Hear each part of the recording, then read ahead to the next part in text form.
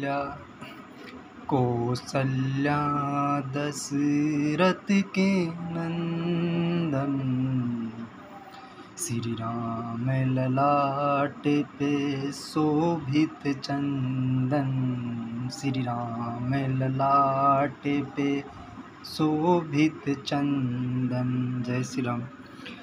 बहुरी बंद खल गन सती भाए, जे बिनु काज दाहिने हूँ बाए। परहित हानि लाभ जिन केरे, उजरे हरस विषाद बसेरे।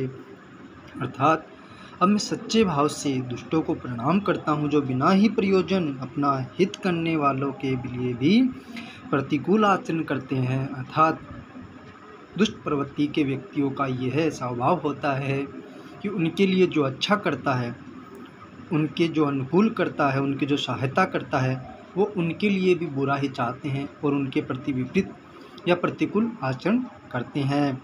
दूसरों के हित की हानि ही जिनकी दृष्टि में लाभ है, अर्थात वो दूसरों को हानि पहुंचाने में, कष्ट पहुंचाने में, उनको तकलीफ देने में ही अपना लाभ समझते हैं।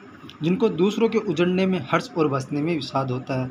अर्थात दुष्टों की प्रवृत्ति बताई गई है कि वो दूसरों को उजाड़ने में ही हर्ष का अनुभव और दूसरों के बसने में ही दुख और विषाद का अनुभव करते हैं।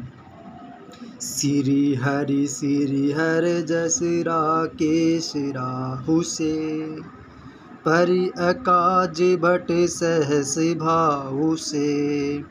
जे पर दोष लखई सहसा की, परहित धृत जिनके मन माँ की। अर्थात जो श्री हरि और श्री हर की यश रूपी पूर्णिमा के चंद्रमा के लिए राहु के समान है। अर्थात जहाँ कहीं भगवान श्री विष्णु या श्री शंकर की यश का वर्णन होता है, उसी में वे बाधा देते हैं और दूसरों की बुराई करने में सहज स्वभाव के समान वीर हैं, जो दूसरों के दोषों को हजार आंखों से देखते हैं और दूसरों के हित रूपी घी के लिए जिसका मन मक्खी के समान, अर्थात जिस प्रकार मक्खी घी में गिरकर उसे खराब कर देती है और स्वयं भी मर जाती है, उसी प्रकार दुष्ट लोग बने बनाए काम को अपनी हानि करके भी बिगाड़ देते हैं। अर्थात इस श्लोक में कहा गया है कि दुष्टों की यह प्रवृत्ति होती है कि जहाँ भी सत्संग होता है, जहाँ श्री विष्णु श्री शंकर जी की यश का वर्णन होता है, उसमें वे बाधा डालते हैं। अर्थात वो बुराई को सहज स्वभाव के समान प्रकट करते हैं और अच्छाई को वो स्वीकार नहीं करते और नित प्रतिदिन वो उसमें बाधा ही डालते हैं। तेज कृषाणु रोष महिषेषा, अज्ञ अवगुण धन धनी धनेशा। उदय केत सम हित सबही के, कुंभकर्ण सम सोवतनी के। जो तेज दूसरों जलाने वाले ताप में अग्नि और क्रोध की यमराज के समान है, पाप और अवगुण रूपी धन में कुबेर के समान धनी है, जिनकी बढ़ती सभी के हित का नाश करने के लिए केतु पुच्छल तारे के समान और जिनके कुंभकर्ण की तरह सोते रहने में ही भलाई है। पर अकाजु लगी तनु परिहरहि, जिमि हिम उपल कर सिदलि गरहि। बंद उखल जस शेष सरोसा, सहस बदन बर नहीं पर दोषा। जैसे ओले खेती का नाश करके आप भी गल जाते हैं, वैसे ही वे दूसरों का काम बिगाड़ने के लिए अपना शरीर तक छोड़ देते हैं। मैं दुष्टों का हजार मुख वाले सेठ जी के समान समझकर प्रणाम करता हूँ, जो पराये दोषों का हजार मुख से बड़े ही रोज के साथ वर्णन करते हैं।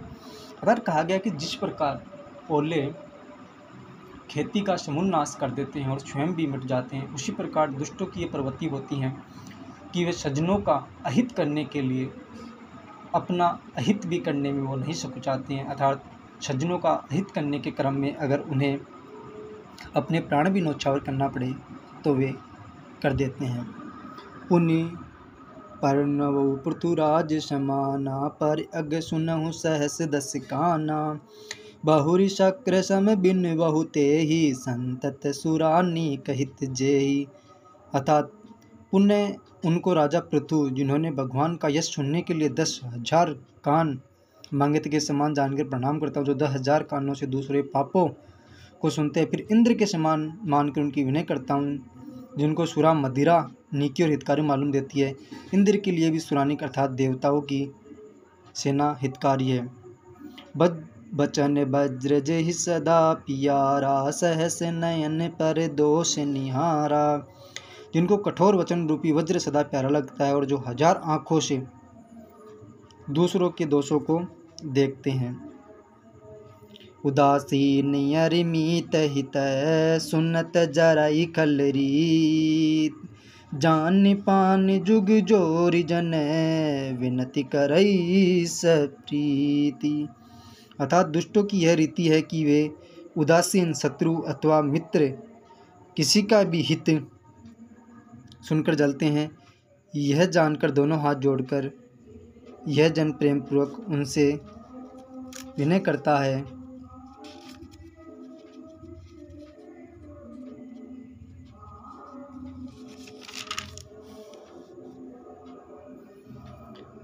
कौसल्या दशरथ के नंदन, श्री राम ललाट पे शोभित चंदन। श्री राम ललाट पे शोभित चंदन।